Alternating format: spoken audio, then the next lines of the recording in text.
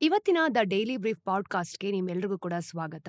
ನೀವೇನಾದ್ರೂ ನಮ್ಮ ಶೋನ ದಿನ ನೋಡ್ತಿದ್ದೀರಾ ಅಂತಂದ್ರೆ ಆಲ್ರೆಡಿ ಗೊತ್ತಾಗಿರುತ್ತೆ. ಇಲ್ಲಿ ಇಂಟ್ರೆಸ್ಟಿಂಗ್ ಆಗಿರೋ ಟಾಪಿಕ್ಸ್ ಬಗ್ಗೆ ನಾವು ಯಾವ ರೀತಿ ಕವರ್ ಮಾಡ್ತೀವಿ ಅಂತ. ಇವತ್ತು ಕೂಡ ನಿಮಗೋಸ್ಕರ 2 ಟಾಪಿಕ್ಸ್‌ನ ನಾನು ಚೂಸ್ ಮಾಡ್ಕೊಂಡು ಬಂದಿದ್ದೀನಿ. ಮೊದಲನೇ ಕಥೆಯಲ್ಲಿ ಫಾಕ್ಸ್‌ಕಾನ್ ಮೇಲೆ ಚೈನಾ ಸದ್ದಿಲ್ಲದೆ ಯಾವ ರೀತಿ ಪ್ರೆಷರ್ ಕೊಡ್ತಾ ಇದೆ, ಮತ್ತೆ ಭಾರತದ ಒಂದು ಐಫೋನ್ ಮ್ಯಾನುಫ್ಯಾಕ್ಚರಿಂಗ್ ಕನಸನ್ನ ನಾವು ನೋಡಿದಾಗ ಭವಿಷ್ಯವನ್ನ ಹೇಗೆ ಟೆಸ್ಟ್ ಮಾಡ್ಬೋದು ಅನ್ನೋದ್ರ ಬಗ್ಗೆ ಡಿಸ್ಕಸ್ ಮಾಡೋಣ. ಇನ್ನು ಎರಡನೇ ಕಥೆಯಲ್ಲಿ ಈ ಒಂದು ಗ್ಲೋಬಲ್ ಟ್ರೇಡ್ ನಿಜವಾಗ್ಲೂ ಬಡ ದೇಶಗಳು ಶ್ರೀಮಂತ ಆಗೋದನ್ನ ಯಾಕೆ ತಡಿತಿರ್ಬೋದು ಅಂತ ನೋಡೋಣ. ಇವತ್ತು ಶುಕ್ರವಾರ ಜುಲೈ 11th. ನಾನು ನಿಮ್ಮ ನಿರೂಪಕಿ ಚಂದನಾ ಗೌಡ. ಬನ್ನಿ ಪಾಡ್ಕಾಸ್ಟ್ ಅನ್ನ ಶುರು ಮಾಡೋಣ. ಈ ತಿಂಗಳ ಆರಂಭದಲ್ಲಿ ನೀವು ನೋಡಿದ್ರೆ ಅಂದ್ರೆ ಜುಲೈ 2025ರಲ್ಲಿ ಭಾರತದ ಒಂದು ಫಾಕ್ಸ್ಕಾನ್ ನ ಐಫೋನ್ ಫ್ಯಾಕ್ಟರಿಗಳಲ್ಲಿ ಒಂದು ವಿಚಿತ್ರ ಘಟನೆ ನಡೀತು. ಅಂದ್ರೆ ಕಂಪನಿ ಸದ್ದಿಲ್ಲದೆ ಇಲ್ಲಿನ ಒಂದು ಫೆಸಿಲಿಟೀಸ್ ಗಳಲ್ಲಿ ಕೆಲಸ ಮಾಡ್ತಿದ್ದಂತ 300ಕ್ಕೂ ಹೆಚ್ಚು ಚೈನೀಸ್ ಇಂಜಿನಿಯರ್ಸ್ ಮತ್ತೆ ಟೆಕ್ನಿಷಿಯನ್ಸ್ ಅನ್ನ ವಾಪಸ್ ಕರ್ಸ್ಕೊಂತು. ಅವರು ಇದನ್ನ ಯಾಕೆ ಮಾಡ್ತಿದ್ದಾರೆ ಅಂತ ಹೆಚ್ಚು ಹೇಳಿಲ್ಲ. ಆದ್ರೆ ಈ ತರದ ಮೂವ್ ನಡೆದಿದ್ದು ಇದೇನು ಮೊದಲಲ್ಲ ಬಿಡಿ. ಇದು ಎಕ್ಸಿಟ್ ನ ಸಮಯ ಮತ್ತೆ ಟೈಮಿಂಗ್ ಅಂಡ್ ಸ್ಕೇಲ್ ಹಲವು ಪ್ರಶ್ನೆಗಳನ್ನೇ ಎತ್ತಿದೆ. ಕೇವಲ ಫಾಕ್ಸ್ಕಾನ್ ಅಥವಾ ಆಪಲ್ ಬಗ್ಗೆ ಮಾತ್ರ ಅಲ್ಲ, ಅಂದ್ರೆ ಭಾರತದ ಪೂರ್ತಿ ಇಂಡಸ್ಟ್ರಿಯಲ್ ಸ್ಟ್ರಾಟಜಿ ಬಗ್ಗೆನೇ ಈ ವಿಷಯ ಕವರ್ ಮಾಡುತ್ತೆ. ಇದರ ಮಹತ್ವವೇನು ಅಂತ ಅರ್ಥ ಮಾಡ್ಕೊಳ್ಬೇಕು ಅಂತಂದ್ರೆ ನಾವು ಸ್ವಲ್ಪ ಹಿಂದೆ ಹೋಗಿ ಕೇಳಬೇಕು. ನೋಡಿ, ಭಾರತದಲ್ಲಿ ಫಾಕ್ಸ್ಕಾನ್ ನಿಖರವಾಗಿ ಏನ್ ಮಾಡ್ತಾ ಇದೆ, ಭಾರತ ಅವರನ್ನ ಇಲ್ಲಿಗೆ ತರೋದಕ್ಕೆ ಯಾಕೆ ಅಷ್ಟೊಂದು ಕಷ್ಟಪಡ್ತು, ಮತ್ತೆ ಇದು ಇತ್ತೀಚಿನ ಚೈನೀಸ್ ವರ್ಕರ್ ಎಕ್ಸಿಟ್ ನಾವು ನೋಡಿದಾಗ ಒಂದು ದೊಡ್ಡ ಪಿಕ್ಚರ್ಗೆ ಏನಂತ ಅರ್ಥ ಕೊಡುತ್ತೆ. ಫಾಕ್ಸ್ಕಾನ್ ಪ್ರಪಂಚದ ಅತಿ ದೊಡ್ಡ ಎಲೆಕ್ಟ್ರಾನಿಕ್ಸ್ ಮ್ಯಾನುಫ್ಯಾಕ್ಚರರ್ಸ್ ಗಳಲ್ಲಿ ಒಂದು. ಇದು ತೈವಾನ್ ಮೂಲದ್ದು ಕೂಡ. ಮತ್ತೆ ಆಪಲ್ಗಾಗಿ ಐಫೋನ್ಸ್ ಮಾಡೋದ್ರಲ್ಲಿ ಅತಿ ಹೆಚ್ಚು ಪ್ರಸಿದ್ಧ. ಆದ್ರೆ ಅದರ ವ್ಯಾಪ್ತಿ ಇದಕ್ಕಿಂತ ತುಂಬಾನೇ ಜಾಸ್ತಿ ಇದೆ. ಇದು ಟಿವಿಸ್ ನಿಂದ ಹಿಡಿದು ಗೇಮಿಂಗ್ ಕನ್ಸೋಲ್ಸ್, ಕಂಪ್ಯೂಟರ್ ಪಾರ್ಟ್ಸ್ ತನಕ ಎಲ್ಲವನ್ನು ಕೂಡ ಅಸೆಂಬಲ್ ಮಾಡುತ್ತೆ. ಇನ್ನು ಚೈನಾದಲ್ಲಿ ಅದು ಆಪಲ್ ಪ್ರಾಡಕ್ಟ್ಸ್ ಮಾಡೋದಕ್ಕಷ್ಟೇ ಅಂದ್ರೆ ಮಾಸಿವ್ ಇಂಡಸ್ಟ್ರಿಯಲ್ ಝೋನ್ ಅನ್ನು ನಿರ್ಮಿಸಿದೆ. ನಿಜ ಹೇಳ್ಬೇಕು ಅಂತಂದ್ರೆ ಐಫೋನ್ ಅಸೆಂಬ್ಲಿ ಲೈನ್ಸ್ ಗಳಿಗಾಗಿನೇ ಒಂದು ಮೀಸಲಾದ ಪೂರ್ತಿ ನಗರಗಳು ಇಲ್ಲಿದೆ ನೋಡಿ. ಭಾರತ ತನ್ನ ಪಾಲಿಗೆ ಬಹಳ ಕಾಲದಿಂದ ನೋಡಿದಾಗ ಈ ಕಥೆಯ ಭಾಗ ಆಗ್ಬೇಕು ಅಂತಾನೆ ಬಯಸ್ಕೊಂಡ್ ಬಂದಿದೆ. ನೋಡಿ, ನಮ್ಮಲ್ಲಿ ದೊಡ್ಡ ಒಂದು ಯುವ ಜನಸಂಖ್ಯೆ ಇದೆ ಅಲ್ವಾ, ಬೆಳಿತಿರೋ ಗ್ರೋಯಿಂಗ್ ಎಕನಾಮಿ ಕೂಡ ಇದೆ. ಮತ್ತೆ ಮ್ಯಾನುಫ್ಯಾಕ್ಚರಿಂಗ್ ನಾವು ನೋಡಿದಾಗ ಎಕ್ಸ್ಪ್ಯಾಂಡ್ ಮಾಡೋದಕ್ಕೆ ತುಂಬಾ ಡೆಸ್ಪರೇಟ್ ಆದ ಸರ್ಕಾರನೂ ಕೂಡ ಇದೆ.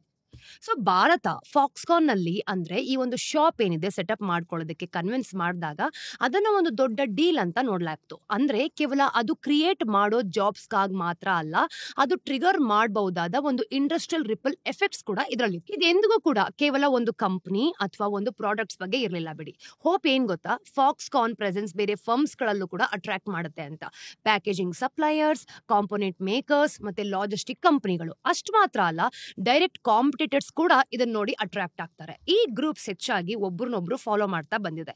ಮತ್ತೆ ಅವೆಲ್ಲವೂ ಕೂಡ ಒಂದೇ ಜಾಗದಲ್ಲಿ ಸೇರ್ಕೊಳ್ತು ಅಂತ ಅನ್ಕೊಳ್ಳಿ. ಅವು ಎಕನಾಮಿಸ್ಟ್ ಹೇಳಿರೋ ರೀತಿ ಇಂಡಸ್ಟ್ರಿಯಲ್ ಕ್ಲಸ್ಟರ್ ಅಂತ ಕರೆಯೋದನ್ನ ಫಾರ್ಮ್ ಮಾಡತ್ತೆ. ಕ್ಲಸ್ಟರ್ಸ್ ಒಂದರ ಸ್ಕೇಲ್ ಮತ್ತೆ ಸ್ಕಿಲ್ ನಿಂದ ಇನ್ನೊಂದನ್ನ ಘೋಷಣೆ ಪಡೆಯತ್ತೆ ಅಲ್ವಾ. ಈಗ ಸೂರತ್ನ ಡೈಮಂಡ್ ಇಂಡಸ್ಟ್ರಿ ಹೇಗ್ ಬೆಳೀತು ಅಂತ ನಿಮ್ಗೆಲ್ರಿಗೂ ಕೂಡ ಗೊತ್ತಿದೆ.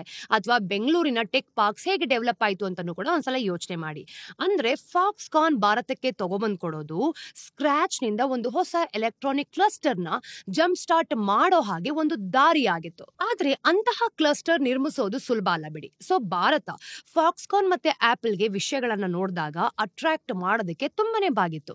ಇದು ಒಂದು ಮೇಜರ್ ಪಾಲಿಸಿ ಚೇಂಜಸ್ ಗಳಿಂದ ಶುರುವಾಗಿತ್ತು. ಇನ್ನು 2020ರಲ್ಲಿ ನಾವು ನೋಡಿದ್ರೆ ಸರ್ಕಾರ ಒಂದು ಸ್ಮಾರ್ಟ್ ಫೋನ್ಸ್ ಮತ್ತೆ ಬೇರೆ ಸೆಕ್ಟರ್ಸ್ ಗಳಿಗೆ ಈ ಒಂದು ಪ್ರೊಡಕ್ಷನ್ ಲಿಂಕ್ಡ್ ಇನ್ಸೆಂಟಿವ್ ಸ್ಕೀಮ್ಸ್ ನ ಲಾಂಚ್ ಕೂಡ ಮಾಡ್ತು.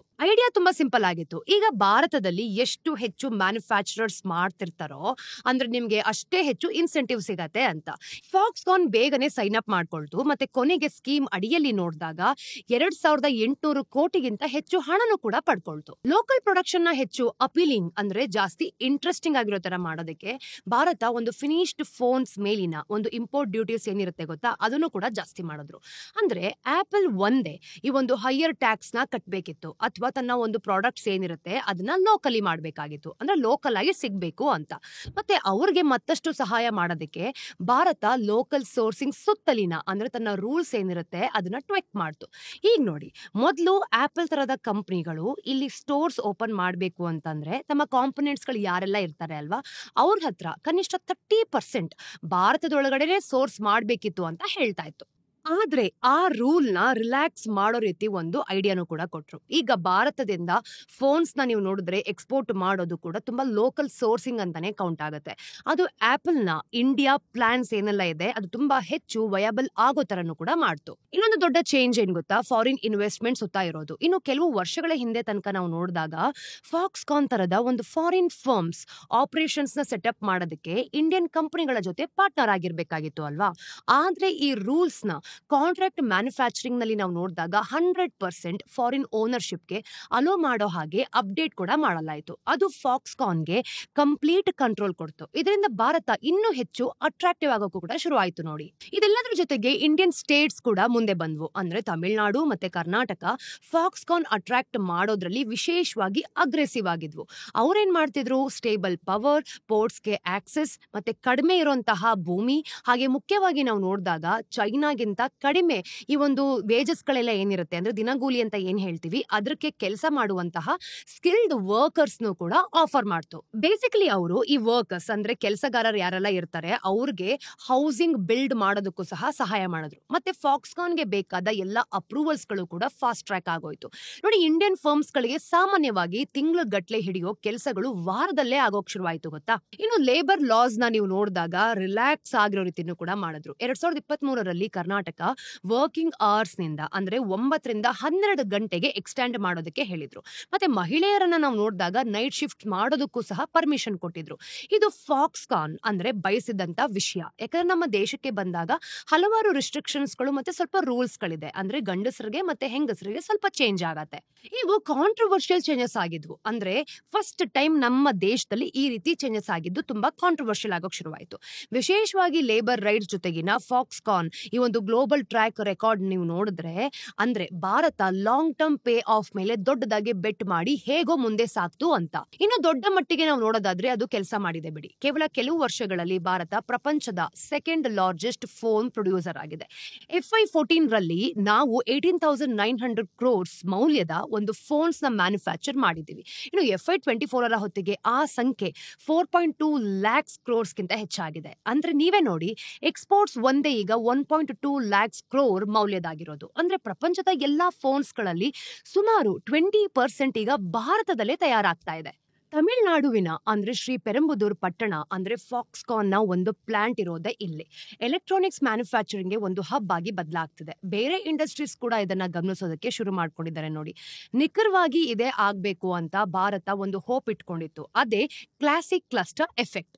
ಆದ್ರೆ ಇದು ಈ ತಿಂಗಳ ಜುಲೈ 2025ರಲ್ಲಿ ನಾವು ನೋಡಿದಾಗ ಚೈನೀಸ್ ವರ್ಕರ್ಸ್ ಗಳ ಅಂದ್ರೆ ಹಿಂತೆಗೆತವನ್ನ ಇನ್ನೂ ಹೆಚ್ಚು ಚಿಂತೆ ಮಾಡೋ ಒಂದು ಸಿಚುವೇಶನ್ಗೆ ಕರ್ಕೊಂಡ್ಬಂದ್ಬಿಟ್ಟಿದೆ. ಯಾಕೆ ಅಂತಂದ್ರೆ ಇದೇನು ಕೇವಲ ಒಂದು ಕಂಪನಿ ಅಂದ್ರೆ ಈ ಒಂದು ಸ್ಟಾಫ್ ಎಲ್ಲ ಯಾರಿರ್ತಾರೆ ಅವ್ರನ್ನ ವಾಪಸ್ ಕರ್ಕೊಳ್ಳುವಂತ ಸಿಚುವೇಶನ್ ಅಲ್ಲ, ಇದ್ರ ಹಿಂದೆ ಬೇರೆನೇ ಇದೆ. ಈಗ ನೀವೇ ಅರ್ಥ ಮಾಡ್ಕೊಳ್ಳಿ, ನಾವು ನಿರ್ಮಿಸೋ ಪೂರ್ತಿ ಮಾಡೆಲ್ ಒಂದು ಸ್ಟ್ರೆಸ್ ಟೆಸ್ಟ್ ಆಗ್ತಿದೆ ಅಂತ ಇಲ್ಲಿ ಗೊತ್ತಾಗತ್ತೆ. ಈ ಚೈನೀಸ್ ವರ್ಕರ್ಸ್ ಮೊದಲಿಗೆ ಇಲ್ಲೇ ಯಾಕೆ ಅಂತಂದ್ರೆ ಅವರು ಪ್ರಮುಖ ಪಾತ್ರಗಳನ್ನ ಇಲ್ಲಿ ಹೊಂದಿದ್ರು ಅಂತ. ಇಂಜಿನಿಯರ್ಸ್ ಆಗಿರ್ಬೋದು, ಲೈನ್ ಮ್ಯಾನೇಜರ್ಸ್ ಮತ್ತೆ ಟೆಕ್ನಿಷಿಯನ್ಸ್, ಇವರಿಗೆ ಈ ಒಂದು ಕಾಂಪ್ಲೆಕ್ಸ್ ಪ್ರೊಡಕ್ಷನ್ ಲೈನ್ಸ್ ಗಳನ್ನ ಸೆಟಪ್ ಮಾಡಿಕೊಂಡು ರನ್ ಮಾಡುವಂತಹ ಒಂದು ವಿಧಾನ ಗೊತ್ತಿತ್ತು ಅಂತ. ಹಾಗೇನೆ ಅವರು ಭಾರತದ ಟೋಟಲ್ ವರ್ಕ್ ಫೋರ್ಸ್ ನ 1% ಗಿಂತ ಕಡಿಮೆ ಭಾಗ ಆಗಿದ್ರು. ಅವರು ಆಪರೇಷನ್ಸ್ಗೆ ಕೀ ಆಗಿದ್ರು ಕೂಡ. ಇನ್ನು ಚೈನಾ ಫಾಕ್ಸ್ಕಾನ್ ನ ಒಂದು ಪೊಲಿಟಿಕಲ್ ರೈವಲ್ ಆಗಿದ್ರು ಇನ್ನು ಅದರ ಸಪ್ಲೈ ಚೈನ್ ನಾವು ಆಳವಾಗಿ ಬೇರೂರಿದೆ ಅಂತ ಗೊತ್ತಾಗುತ್ತೆ. ಮತ್ತೆ ಈ ಒಂದು ಡಿಪೆಂಡೆನ್ಸಿನ ಈಗ ಅವರು ನಮ್ಮ ಮೇಲೆ ಏನಾದ್ರೂ ಅಸ್ತ್ರವಾಗಿ ಬಳಸ್ಕೊಳ್ಳಲಾಗ್ತಿದ್ಯಾ? ಸಮಸ್ಯೆಯ ಮೊದಲ ಸೂಚನೆ ನಿಜವಾಗ್ಲೂ ನಾವು ನೋಡಿದಾಗ ಈ ವರ್ಷದ ಆರಂಭದಲ್ಲೇ ಬಂದಿದ್ದು ನೋಡಿ. ಜನವರಿಯಲ್ಲಿ ಚೈನಾ ಫಾಕ್ಸ್ಕಾನ್ ನ ಇಂಡಿಯನ್ ಫ್ಯಾಕ್ಟರೀಸ್ ಗಳಿಗೆ ಇಂಜಿನಿಯರ್ಸ್ ಕಳಿಸೋದನ್ನೇ ಡಿಲೇ ಮಾಡಿದ್ರು.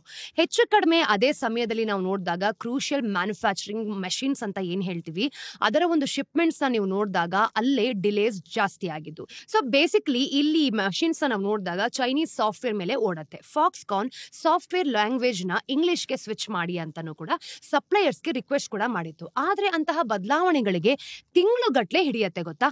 ಈಗ ಚೈನಾ ಈ ಮಷಿನ್ಸ್ ಗಳ ಎಕ್ಸ್ಪೋರ್ಟ್ಸ್ ನ ಅಂದ್ರೆ ಪೂರ್ತಿಯಾಗಿ ನಿಲ್ಲಿಸ್ಬಿಡ್ಬೋದು ಅನ್ನೋ ಒಂದು ಭಯನೂ ಕೂಡ ಇದೆ.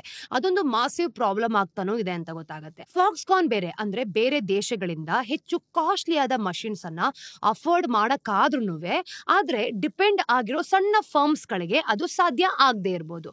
ಹಾಗೇನೆ ಬೇರೆ ಒಂದ್ ಕಡೆ ನಾವು ನೋಡಿದಾಗ ಫೋನ್ ಅಸೆಂಬ್ಲಿಯಲ್ಲಿ ಮಾರ್ಜಿನ್ಸ್ ಈಗಾಗಲೇ ರೇಸರ್ ತಿನ್ ಇರೋದ್ರಿಂದ ಫಾಕ್ಸ್ಕಾನ್ ಕೇವಲ 3% ಮಾಡುತ್ತೆ ಅಂತ ಇಲ್ಲಿ ರಿಪೋರ್ಟ್ ಆಗಿದೆ. ಯಾವುದೇ ಕಾಸ್ಟ್ ಕಾಸ್ಟ್ ಇನ್ಕ್ರೀಸ್ ಆಗ್ಲಿ ಬಿಸ್ನೆಸ್ ಕೇಸ್ ಅನ್ನ ಪೂರ್ತಿಯಾಗಿ ಹಾಳು ಮಾಡ್ಬೋದು ಅಲ್ವಾ. ಅದು ಪೂರ್ತಿ ಕ್ಲಸ್ಟರ್ ನ ವೀಕ್ ಸಹ ಮಾಡತ್ತೆ.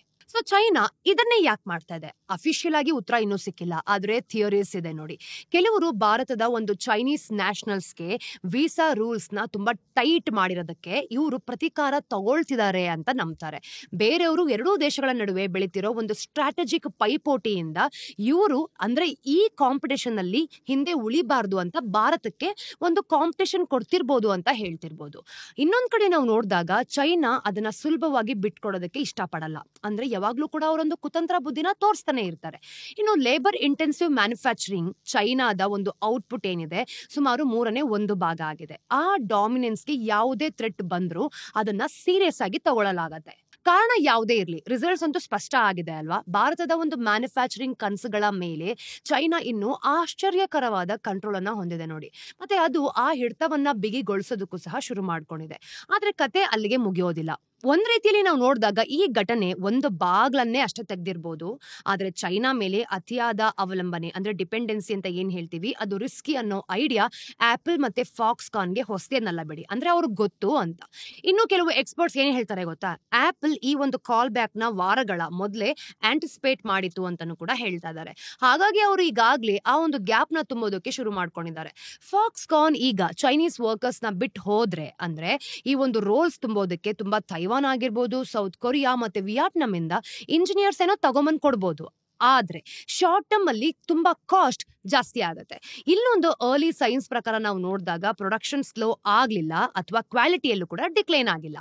ಇಷ್ಟೆಲ್ಲ ಕಾಂಪಿಟೇಷನ್ ಮತ್ತೆ ಪ್ರಾಬ್ಲಮ್ಸ್ ಇದ್ರೂ ಭಾರತ ಕೂಡ ಕಾನ್ಫಿಡೆಂಟ್ ಆಗಿದೆ ಅಂತ ಅನ್ಸುತ್ತೆ ನೋಡಿ. ಎಲೆಕ್ಟ್ರಾನಿಕ್ಸ್ ಮಿನಿಸ್ಟರ್ ಅಶ್ವಿನ್ ವೈಷ್ಣವ್ ಇತ್ತೀಚೆಗೆ ಏನಂತ ಹೇಳಿದ್ರು ಗೊತ್ತಾ, ಶಾರ್ಟ್ ಟರ್ಮ್ ಪ್ರಾಬ್ಲಮ್ ಯಾವುದೇ ಇರಲಿ ಗ್ರೋತ್ ಜರ್ನಿಯ ಒಂದು ಭಾಗ. ಅಂದ್ರೆ ಭಾರತ ತನ್ನ ಕೆಪಾಬಿಲಿಟೀಸ್ ನ ನಿಧಾನವಾಗಿ ಮತ್ತೆ ಸ್ಥಿರವಾಗಿ ಬಿಲ್ಡ್ ಮಾಡ್ಕೊಳ್ತಾ ಬರ್ತಾ ಇದೆ. ಈಗಾಗಲೇ ನಾವು ನೋಡಿದಾಗ ನಮ್ಮ ದೇಶ ಒಂದು ಸ್ಮಾರ್ಟ್ ಫೋನ್ ನಲ್ಲಿ ಹೋಗೋ ಸುಮಾರು 1000 ಅಂದ್ರೆ 1000ಕ್ಕೂ ಬೇರೆ ಬೇರೆ ಪಾರ್ಟ್ಸ್ ಗಳನ್ನ ಪ್ರೊಡ್ಯೂಸ್ ಮಾಡ್ತೀವಿ. ಒಮ್ಮೆ ಒಂದು ಕ್ಲಸ್ಟರ್ ಮೊಮೆಂಟಮ್ ಗಳಿಸಿದ್ರೆ ಅದನ್ನ ನಿಲ್ಲಿಸೋದು ಖಂಡಿತವಾಗ್ಲೂ ಕಷ್ಟ ಅಂತ. ಸೊ ಬಹುಶಃ ಚೈನಾ ಈ ಒಂದು ಅಂಡರ್ ಎಸ್ಟಿಮೇಟ್ ಮಾಡಿದ್ದು ಅದನ್ನೇ. ಕಳೆದ ಒಂದು ವರ್ಷದಲ್ಲಿ ಚೈನಾ ಮತ್ತೆ ವಿಯಟ್ನಾಂ ಎರಡರಿಂದಲೂ ಕೂಡ ಫೋನ್ ಎಕ್ಸ್ಪೋರ್ಟ್ಸ್ ಡ್ರಾಪ್ ಆಗಿದೆ. ಭಾರತ ಆ ಡಿಕ್ಲೇನ್ ನ 50% ನಷ್ಟು ತನ್ನದಾಗಿಸ್ಕೊಂಡಿದೆ ಕೂಡ. ಇನ್ನು ಚೈನಾ ಮೇಲಿನ ತಮ್ಮ ಎಕ್ಸ್ಪೋಜರ್ ಕಡಿಮೆ ಮಾಡ್ಕೊಳ್ಬೇಕು ಅಂದ್ಕೊಂಡಿರೋ ಫರ್ಮ್ಸ್ ಈಗ ಭಾರತವನ್ನ ಒಂದು ಸೀರಿಯಸ್ ಆಲ್ಟರ್ನೇಟಿವ್ ಆಗಿ ಕೂಡ ನೋಡ್ತಾ ಇದೆ. ಹೌದು, ನಮ್ಗೇನೋ ಒಂದು ಸಣ್ಣ ಅಡಚಣೆ ಎದುರಾಗಿದೆ ಅಂತ ಅನ್ಸತ್ತೆ. ಆದ್ರೆ ಭಾರತದ ಒಂದು ಫೋನ್ ಮ್ಯಾನುಫ್ಯಾಕ್ಚರಿಂಗ್ ಕತೆ ಇನ್ನೂ ಕೂಡ ಟ್ರ್ಯಾಕ್ ಅಲ್ಲೇ ಇದೆ ಬಿಡಿ. ಹಾಗೇನೆ ನಾವು ಫೋಕಸ್ ನ ಯಾವತ್ತೂ ಕೂಡ ಹಿಂದೆ ಬಿಡೋದಿಲ್ಲ. ಈಗ ಇದೇ ರೀತಿ ನಾವು ನಮ್ಮ ಗುರಿನ ಕ್ಲಿಯರ್ ಆಗಿ ಇಟ್ಕೊಂಡ್ವಿ ಅಂತಂದ್ರೆ ಮುಂದೆ ಬರೋ ಯಾವುದೇ ಚಾಲೆಂಜಸ್ ಗಳಾಗಿರ್ಬೋದು ಅದನ್ನ ನಾವು ಟರ್ನ್ ಪಾಯಿಂಟ್ ಆಗಿ ಬದಲಾಯಿಸ್ತೀವಿ. ಈಗ ಮುಂದಿನ ಸ್ಟೋರಿಯಲ್ಲಿ ಎಲ್ಲಾ ದೇಶಗಳು ಕೂಡ ಹೇಗೆ ಶ್ರೀಮಂತ ಆಗುತ್ತೆ ಅನ್ನೋದ್ರ ಬಗ್ಗೆ ನೀವು ಯಾವತ್ತಾದ್ರೂ ಯೋಚನೆ ಮಾಡಿದೀರಾ? ನಾನ್ ನಿಮ್ಗೆ ಹೇಳ್ತೀನಿ ಕೇಳಿ. ನೋಡಿ, ಇದು ಕೇವಲ ಟೆಂಪ್ರರಿ ಅಂದ್ರೆ ತಾತ್ಕಾಲಿಕವಾಗಿ ಶ್ರೀಮಂತ ಆಗೋದಲ್ಲ, ಬದಲಿಗೆ ದೀರ್ಘಕಾಲದವರೆಗೆ ಅಂದ್ರೆ ಒಂದು ಸ್ಟೇಬಲ್ ಆಗಿ ಒಂದು ದೇಶ ಬಡತನದಿಂದ ಅಂದ್ರೆ ಸಮೃದ್ಧಿ ಆಗ್ತಾ ಆಗ್ತಾ ನಿಜವಾಗ್ಲೂ ಹೇಗೆ ಶ್ರೀಮಂತರಾಗ್ತಾರೆ ಅಂತ.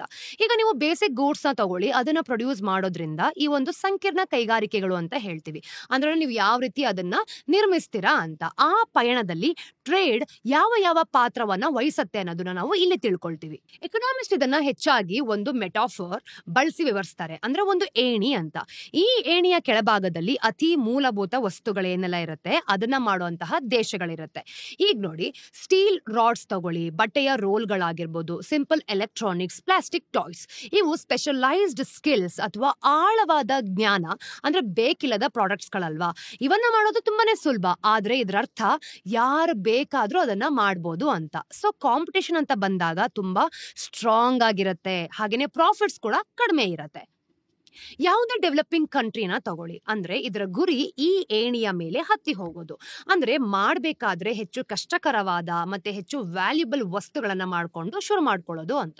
ಇನ್ನೊಂದ್ ಕಡೆ pharmaceuticals, aircraft engines, precision machinery ಅಥವಾ ಅಡ್ವಾನ್ಸ್ ಸೆಮಿ ಕಂಡಕ್ಟರ್ಸ್ ತರದ ವಸ್ತುಗಳು ಏನೆಲ್ಲ ಇರುತ್ತೆ ಅಲ್ವಾ, ಈ ಪ್ರಾಡಕ್ಟ್ಸ್ ಗಳಿಗೆ ಹೆಚ್ಚು ಇಂಗ್ರೀಡಿಯೆಂಟ್ಸ್ ಬೇಕು, ಹಾಗೇನೆ ಹೆಚ್ಚು ಸ್ಕಿಲ್ಡ್ ವರ್ಕರ್ಸ್ ಬೇಕು, ಹಾಗೇನೆ ಹೆಚ್ಚು ಬಂಡವಾಳ ಕೂಡ ಇರಬೇಕು. ಮತ್ತೆ ಇದನ್ನೆಲ್ಲ ಮಾಡ್ಬೇಕಾದ್ರೆ ಒಂದು ಬೆಟರ್ ಇನ್ಸ್ಟಿಟ್ಯೂಷನ್ ಇರಬೇಕು. ಮತ್ತೆ ಸಪ್ಲೈ ಚೈನ್ಸ್ ಗಳೆಲ್ಲ ನೀವು ನೋಡಿದಾಗ ಅದೆಲ್ಲದಕ್ಕೂ ಸಹ ಕೋಆರ್ಡಿನೇಷನ್ಸ್ ತುಂಬಾ ಆಳವಾಗಿರ್ಬೇಕಾಗತ್ತೆ. ಆದ್ರೆ ರಿವಾರ್ಡ್ ಏನ್ ಗೊತ್ತಾ, ಅದನ್ನ ರಿಪ್ಲಿಕೇಟ್ ಮಾಡೋದು ಕಷ್ಟ. ಮತ್ತೆ ಕಡಿಮೆ ದೇಶಗಳು ಕಾಂಪೀಟ್ ಮಾಡ್ಬೇಕಾದ್ರೆ ಲಾಭಾಂಶ ಕೂಡ ಇಂಪ್ರೂವ್ ಆಗತ್ತೆ, ಸಂಬಳ ಕೂಡ ಜಾಸ್ತಿ ಇರುತ್ತೆ, ಅಂದ್ರೆ ಎಲ್ಲನೂ ಕೂಡ ಸ್ಟ್ರಾಂಗ್ ಆಗ್ತಾ ಹೋಗುತ್ತೆ ಅಂತ. ಈ ಒಂದು ಜರ್ನಿನ ನೀವು ನೋಡಿ, ಲೋ ಕಾಂಪ್ಲೆಕ್ಸಿಟಿಯಿಂದ ಹೆಚ್ಚು ಕಾಂಪ್ಲೆಕ್ಸಿಟಿಯವರೆಗೂ ಕೂಡ ಜಾಸ್ತಿ ಆಗತ್ತೆ. ಅಂದ್ರೆ ಸಮೃದ್ಧಿಯ ದಾರಿ ಅಂತ ನೋಡಲಾಗತ್ತೆ ಕೂಡ. ದೇಶಗಳಿಗೆ ಈ ಏಣಿಯನ್ನ ಹತ್ತಬೇಕಾದ್ರೆ ಸಹಾಯ ಮಾಡಬೇಕಾದ ವಿಷಯ ಏನ್ ಗೊತ್ತಾ? ಟ್ರೇಡ್. ನೋಡಿ, ಟ್ರೇಡ್ ಥಿಯರಿ ಪ್ರಕಾರ ದೇಶಗಳನ್ನ ಗ್ಲೋಬಲ್ ಮಾರ್ಕೆಟ್ಗೆ ಎಕ್ಸ್ಪೋಸ್ ಮಾಡುತ್ತೆ ಕೂಡ. ಇನ್ನು ಲೋಕಲ್ ಬಿಸ್ನೆಸಸ್ ಫಾರಿನ್ ಒನ್ಸ್ ಅಂದ್ರೆ ಫಾರಿನ್ ಬಿಸ್ನೆಸ್ ಜೊತೆ ಕಾಂಪೀಟ್ ಮಾಡಿದಾಗ ಅವು ಹೆಚ್ಚು ಎಫಿಷಿಯಂಟ್ ಆಗೋದಕ್ಕೆ ಫೋರ್ಸ್ ಮಾಡ್ಕೊಳ್ತವೆ, ಮತ್ತೆ ಬೇಗನೂ ಕೂಡ ಕಲಿತಾ ಹೋಗ್ತವೆ. ಹಾಗೆ ಒಂದು ಬೆಟರ್ ಟೆಕ್ನಾಲಜಿಯಲ್ಲಿ ಇನ್ವೆಸ್ಟ್ ಮಾಡೋದು ಹೇಗೆ ಅಂತಾನು ಕೂಡ ಕಲ್ತ್ಕೊಳ್ತಾರೆ. ಈಗ ಕೆಳಗಿರೋ ಒಂದು ಪೈಪೋಟಿನ ನಾವು ನೋಡಿದಾಗ ತೀವ್ರತೆ ಅಂದ್ರೆ ಈ ಒಂದು ಪ್ರೆಷರ್ ಅಂತ ಏನ್ ಹೇಳ್ತೀವಿ, ಅದನ್ನ ದೇಶಗಳನ್ನ ಅಪ್ಗ್ರೇಡ್ ಮಾಡೋ ಹಾಗೆ ಪುಷ್ ಮಾಡತ್ತೆ. ನೋಡಿ, ಇದೆಲ್ಲನೂ ಕೂಡ ಅಪ್ಗ್ರೇಡ್ ಆಗ್ತಾ ಹೋದ ಹಾಗೆ ಇವ್ರು ಏನ್ ಮಾಡ್ತಾರೆ, ತುಂಬಾ ದೂರ ಇರುವಂತಹ ಮೆಟ್ಟಿಲುಗಳನ್ನು ಕೂಡ ಹತ್ತೋದಕ್ಕೆ ಟ್ರೈ ಮಾಡ್ತಾರೆ. ಅದೇ ನಾವು ಹೇಳೋದು. ಎಕನಾಮಿಸ್ಟ್ ಆದ ಡೇವಿಡ್ ಆಟ್ಕಿನ್, ಅರ್ನೋ ಕಾಸ್ಟಿನಾಟ್ ಮತ್ತೆ ಮಾಸವೋ ಫುಕ್ವಿ ಅವರ ಒಂದು ಫ್ಯಾಸಿನೇಟಿಂಗ್ ಅಂದ್ರೆ ಹೊಸ ಪೇಪರ್ ಎತ್ತಿರೋ ಪ್ರಶ್ನೆ ಏನ್ ಗೊತ್ತಾ, ಅವರು ಪ್ರಪಂಚದ ಹೆಚ್ಚು ಕಡಿಮೆ ಪ್ರತಿಯೊಂದು ದೇಶದ ಟ್ರೇಡ್ ಡೇಟಾನ ನೋಡ್ಕೊಂಡು ಒಂದು ಆತಂಕಕಾರಿ ಅಂದ್ರೆ ಟೆನ್ಷನ್ ಮೂಡಿಸುವಂತ ವಿಷಯವನ್ನ ಕಂಡ್ಕೊಂಡಿದ್ದಾರೆ. ನೋಡಿ, ಟ್ರೇಡ್ ಯಾವಾಗ್ಲೂ ದೇಶಗಳಿಗೆ ಏಣಿ ಹತ್ತೋದಕ್ಕೆ ಹೆಲ್ಪ್ ಮಾಡೋದಿಲ್ಲ. ನಿಜ ಹೇಳ್ಬೇಕು ಅಂತಂದ್ರೆ ಹಲವು ಕೇಸಸ್ ಅಲ್ಲಿ ಅದು ವಿರುದ್ಧವಾಗಿ ಕೆಲಸ ಮಾಡತ್ತೆ ಅಂತ ಅನ್ಸತ್ತೆ. ಅವ್ರ ವಾದ ಏನು ಅಂತಂದ್ರೆ, ಗ್ಲೋಬಲ್ ಟ್ರೇಡ್ ವಿಶೇಷವಾಗಿ ಅದು ಇವತ್ತು ಕೆಲಸ ಮಾಡೋ ರೀತಿ ಡೆವಲಪಿಂಗ್ ಕಂಟ್ರೀಸ್ ನ ಅಂದ್ರೆ ಏಣಿ ಏನಿದೆ ಅಲ್ವಾ, ಕೆಳಗಿನ ಮೆಟ್ಟಲುಗಳಲ್ಲೇ ಹಾಕಿಸ್ಬೇಕು ಅಂದ್ರೆ ಟ್ರ್ಯಾಪ್ ಮಾಡ್ಬೇಕು ಅಂತ.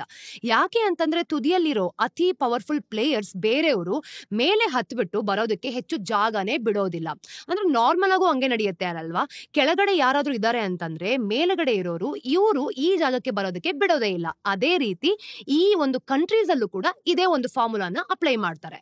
ಸೊ ಬೇಸಿಕ್ಲಿ ಇದನ್ನ ಇವರು ಇನ್ವರ್ಟೆಡ್ ಲ್ಯಾಡರ್ ಪ್ರಾಬ್ಲಮ್ ಅಂತ ಕರೀತಾರೆ. ಮತ್ತೆ ಇದು ಕಳೆದ ಕೆಲವು ದಶಕಗಳಲ್ಲಿ ಟ್ರೇಡ್ಗೆ ಓಪನ್ ಅಪ್ ಆದ ಹಲವು ದೇಶಗಳು. ಸೊ ತಾವು ಅಂದ್ರೆ ಎಕ್ಸ್ಪೆಕ್ಟ್ ಮಾಡಕ್ ಆಗದೆ ಇರುವಂತ ಒಂದು ಇಂಡಸ್ಟ್ರಿಯಲ್ ಪ್ರೋಗ್ರೆಸ್ ಏನಿರುತ್ತೆ ಯಾಕೆ ಕಂಡಿಲ್ಲ ಅನ್ನೋದನ್ನ ವಿವರಿಸಬಹುದು. ನಾವೀಗ ಇದನ್ನ ಬೇಸಿಕ್ಸ್ ನಿಂದ ಬ್ರೇಕ್ ಡೌನ್ ಮಾಡ್ತಾ ಇದೀವಿ. ಡೆವಲಪ್ಮೆಂಟ್ ಅಂದ್ರೆ ಅಭಿವೃದ್ಧಿ ಅಂತ ಏನ್ ಹೇಳ್ತೀವಿ ಅಂದ್ರೆ ಕೇವಲ ಒಂದೇ ಕೆಲಸವನ್ನ ಹೆಚ್ಚು ಮಾಡೋದಲ್ಲ, ಅದು ನೀವು ಏನ್ ಮಾಡ್ತಿದ್ದೀರೋ ಅದನ್ನೇ ಬದಲಾಯಿಸೋದು ಅಂತ. ಈಗ ಎಕನಾಮಿಸ್ಟ್ ಬಹಳ ಕಾಲದಿಂದ ಅದನ್ನೇ ನಂಬ್ಕೊಂಡ್ ಬಂದಿರೋದು. ಲೋ ಇನ್ಕಮ್ ಕಂಟ್ರೀಸ್ ಗಳಲ್ಲಿ ಹೆಚ್ಚಿನ ಜನ ಏನ್ ಮಾಡ್ತಾರೆ, ಟ್ರೆಡಿಷನಲ್ ಎಕನಾಮಿ ಅಂತ ಕರೆಯೋದ್ರಲ್ಲಿ ಕೆಲಸ ಮಾಡ್ತಾರೆ. ಅಂದ್ರೆ ಫಾರ್ಮಿಂಗ್ ಆಗಿರ್ಬೋದು, ಅಂದ್ರೆ ಅಗ್ರಿಕಲ್ಚರ್ ಅಂತ ಏನ್ ಹೇಳ್ತೀವಿ ಅದು, ಸ್ಟ್ರೀಟ್ ವೆಂಡಿಂಗ್ ಮತ್ತೆ ಮ್ಯಾನ್ಯುಯಲ್ ಸರ್ವಿಸಸ್, ಈ ಒಂದು ಕೆಲಸಗಳು ಮುಖ್ಯ. ಆದ್ರೆ ಅವು ದೊಡ್ಡ ಪ್ರಮಾಣದಲ್ಲಿ ಸಂಪತ್ತನ್ನ ಸೃಷ್ಟಿ ಮಾಡೋದೇ ಇಲ್ಲ.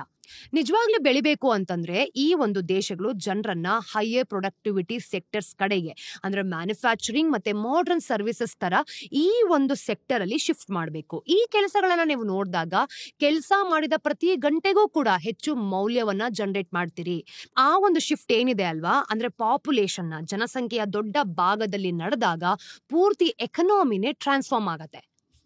ಈ ತರದ ಶಿಫ್ಟ್ ಅನ್ನ ಬದಲಾವಣೆಗಳನ್ನ ನಾವು ನೋಡಿದಾಗ ಸ್ಟ್ರಕ್ಚರಲ್ ಟ್ರಾನ್ಸ್ಫಾರ್ಮೇಶನ್ ಅಂತ ಕರೆಯಲಾಗುತ್ತೆ. ಮತ್ತೆ ಇದೇ ಸೌತ್ ಕೊರಿಯಾ, ಚೈನಾ ಮತ್ತೆ ವಿಯಟ್ನಾಂ ತರದ ಹಲವು ಏಷ್ಯನ್ ಎಕನಾಮೀಸ್ ಗಳಲ್ಲಿ ಕಳೆದ 40 ವರ್ಷಗಳಲ್ಲಿ ತುಂಬಾ ಫಾಸ್ಟ್ ಆಗಿ ಬೆಳೆಯೋದಕ್ಕೆ ಸಹಾಯ ಮಾಡಿದ್ದು. ಇನ್ನು ಎಕನಾಮಿಸ್ಟ್ ಡ್ಯಾನಿ ರಾಡ್ರಿಕ್ ಹೇಳೋ ರೀತಿ ಈ ತರ ಅಂದ್ರೆ 2014 ಪೇಪರ್ ಒಂದು ಈ ಪಜಲ್ ನ ಎಕ್ಸ್ಪ್ಲೋರ್ ಮಾಡಿತ್ತು. ಏಷ್ಯಾ ಏಕೆ ಅಂದ್ರೆ ಬೂಮ್ ಆಯ್ತು, ಹಾಗೇನೆ ಆಫ್ರಿಕಾ ಮತ್ತೆ ಲ್ಯಾಟಿನ್ ಅಮೆರಿಕಾ ಯಾಕೆ ಅಲ್ಲೇ ನಿಂತಿರೋ ಜಾಗದಲ್ಲೇ ನಿಂತಿದ್ದಾರೆ. ನೋಡಿ, ಉತ್ತರ ಏನ್ ಗೊತ್ತಾ, ಅವರು ಕಂಡ್ಕೊಂಡ ಪ್ರಕಾರ ಪ್ರತಿಯೊಂದು ರೀಜನ್ ತನ್ನ ಜನರನ್ನ ಹೈಯರ್ ವ್ಯಾಲ್ಯೂ ಕೆಲಸಗಳಿಗೆ ಎಷ್ಟು ಯಶಸ್ವಿಯಾಗಿ ಮೂವ್ ಮಾಡುತ್ತೆ ಅನ್ನೋದ್ರಲ್ಲಿತ್ತು. ಏಷ್ಯನ್ ಕಂಟ್ರೀಸ್ ಅಲ್ಲಿ ನಾವು ನೋಡಿದಾಗ ತಮ್ಮ ಅತಿ ದೊಡ್ಡ ಅಸೆಟ್ ಅಂದ್ರೆ ಒಂದು ಪ್ರಾಪರ್ಟಿ ಅಂತ ಏನ್ ಹೇಳ್ತೀವಿ, ಅದು ಕಡಿಮೆ ಸಂಬಳಕ್ಕೆ ಕೆಲಸ ಮಾಡೋ ದೊಡ್ಡ ವರ್ಕ್ ಫೋರ್ಸ್ ಅಂತ ಹೇಳ್ಬೋದು. ಇದನ್ನ ಬಳಸ್ಕೊಂಡು ಇಂಡಸ್ಟ್ರೀಸ್ ಗಳಲ್ಲಿ ಜಾಬ್ಸ್ ನ ಕ್ರಿಯೇಟ್ ಮಾಡಿ ಕಾಲಕ್ರಮೇಣ ಆ ಇಂಡಸ್ಟ್ರೀಸ್ ಗಳನ್ನ ಅಪ್ಗ್ರೇಡ್ ಮಾಡೋದ್ರಲ್ಲಿ ಸಕ್ಸಸ್ಫುಲ್ ಆದ್ರು ಅಲ್ವಾ. ಬೇರೆ ರೀಜನ್ಸ್ ಗಳನ್ನ ನಾವು ನೋಡಿದಾಗ ಆ ಶಿಫ್ಟ್ ನ ರಿಪ್ಲಿಕೇಟ್ ಮಾಡೋದಕ್ಕೆ ಸಾಧ್ಯನೇ ಇಲ್ಲ. ಆದ್ರೆ ಪ್ರೊಡಕ್ಟಿವಿಟಿ ಒಂದು ಪೂರ್ತಿ ಕಥೆನ ಹೇಳೋದಿಲ್ಲ. ಇದಕ್ಕೆ ಇನ್ನೂ ಹೆಚ್ಚು ಟೆಕ್ಸ್ಚರ್ ಕೊಡೋ ಹಾಗೆ ಇನ್ನೊಂದು ಐಡಿಯಾ ಇದೆ, ಅದೇ ಎಕನಾಮಿಕ್ ಕಾಂಪ್ಲೆಕ್ಸಿಟಿ. ಬೇಸಿಕ್ ಐಡಿಯಾ ಇದೆ, ಪ್ರತಿಯೊಂದು ಪ್ರಾಡಕ್ಟ್ ನೀವು ನೋಡಿದಾಗ ಒಂದು ರೆಸಿಪಿ ಇದ್ದೇ ಇರತ್ತೆ ಅಲ್ವಾ. ಏನಾದ್ರೂ ಮಾಡ್ಬೇಕು ಅಂತಂದ್ರೆ ನಿಮ್ಗೆ ಕೆಲವು ಪದಾರ್ಥಗಳು ಸೆಟ್ ಬೇಕು. ಈಗ ರಾ ಮೆಟೀರಿಯಲ್ಸ್ ಆಗಿರ್ಬೋದು, ಟೆಕ್ನಿಕಲ್ ನಾಲೆಜ್ ಆಗಿರ್ಬೋದು, ಎಕ್ವಿಪ್ಮೆಂಟ್, ಕೋಆರ್ಡಿನೇಷನ್. ಈಗ ಕೆಲವು ಪ್ರಾಡಕ್ಟ್ಸ್ ಗಳಿಗೆ ತುಂಬಾನೇ ಕಡಿಮೆ ಪದಾರ್ಥಗಳು ಬೇಕಾಗಿರುತ್ತೆ. ಅದನ್ನ ಬೇರೆದಕ್ಕೆ ನಾವು ಅಪ್ಗ್ರೇಡ್ ಮಾಡ್ತೀವಿ ಅಂತಂದ್ರೆ 100 ಪದಾರ್ಥಗಳು ಬೇಕು. ಈ ಹಲವು ಪದಾರ್ಥಗಳು ಬೇರೆ ಬೇರೆ ರೀತಿಯಲ್ಲಿ ಮಿಕ್ಸ್ ಅಂಡ್ ಮ್ಯಾಚ್ ಮಾಡಬಲ್ಲ ಎಕನಾಮಿಯನ್ನ ನೀವು ಹೆಚ್ಚು ಕಾಂಪ್ಲೆಕ್ಸ್ ಅಂತ ಕನ್ಸಿಡರ್ ಮಾಡಲಾಗುತ್ತೆ. ಮತ್ತೆ ಈ ಕಾಂಪ್ಲೆಕ್ಸಿಟಿ ನೀವು ನೋಡಿದ್ರೆ ಖಂಡಿತವಾಗ್ಲೂ ಮುಖ್ಯ. ತುಂಬಾನೇ. ನೋಡಿ, ನಮ್ಮ ರಿಸರ್ಚ್ ನಲ್ಲಿ ಎಕನಾಮಿಸ್ಟ್ ರಿಕಾರ್ಡೋ ಹೌಸ್ಮನ್ ಮತ್ತೆ ಸೀಸರ್ ಹಿಡಾಲ್ಕೋ ಏನಂತ ಹೇಳಿರೋದು ಗೊತ್ತಾ? ಎಕನಾಮಿಕ್ ಕಾಂಪ್ಲೆಕ್ಸಿಟಿ ಅಂತ ಬಂದಾಗ ಲಾಂಗ್ ಟರ್ಮ್ ಗ್ರೋತ್ ನ ಈ ಒಂದು ಬೆಸ್ಟ್ ಪ್ರೆಡಿಕ್ಟರ್ಸ್ ಗಳಲ್ಲಿ ಒಂದು ಅಂತ ಅವ್ರು ಕಂಡ್ಕೊಂಡಿರೋದು. ಜಪಾನ್ ಮತ್ತೆ ಜರ್ಮನಿ ತರದ ದೇಶಗಳನ್ನ ನೀವು ನೋಡಿದಾಗ ಇವ್ರು ಏನ್ ಮಾಡ್ತಾರೆ, ಹಲವಾರು ಒಂದು ರೇಂಜ್ ಆಫ್ ಸೊಫಿಸ್ಟಿಕೇಟೆಡ್ ಪ್ರಾಡಕ್ಟ್ಸ್ ನ ಎಕ್ಸ್ಪೋರ್ಟ್ ಮಾಡ್ಕೊಳ್ತವೆ.